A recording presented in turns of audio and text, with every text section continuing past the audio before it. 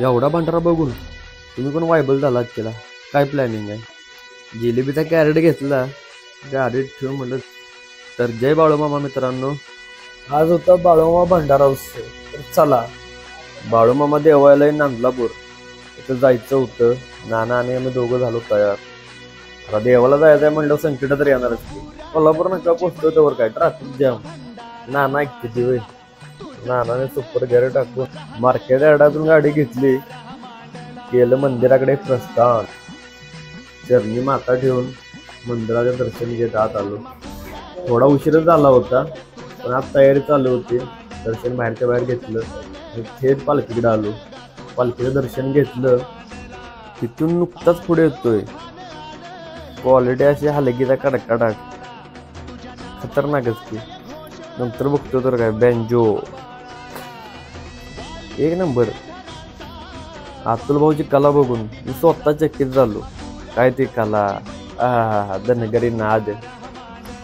अतुल भाऊची सलामी आणि इकडं वालू, आहा टॉपच की हो. धनगरी ढोलाचा ठोका आणि या मामांचा ठेका, भले शाबास.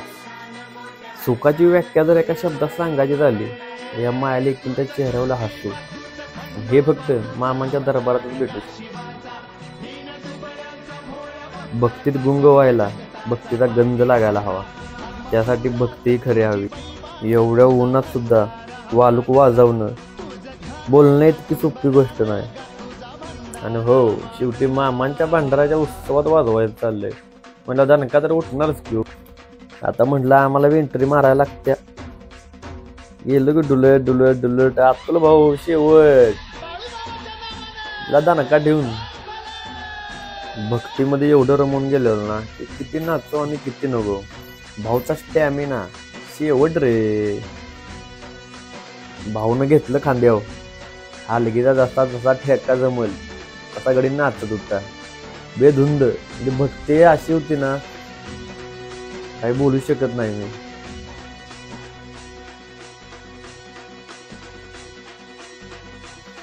भावाच्या कलेला सलाम करतो.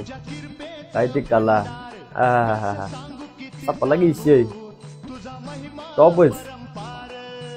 सर्व खेळ खेळत खेळत पालखी आली मंदिरापर्यंत.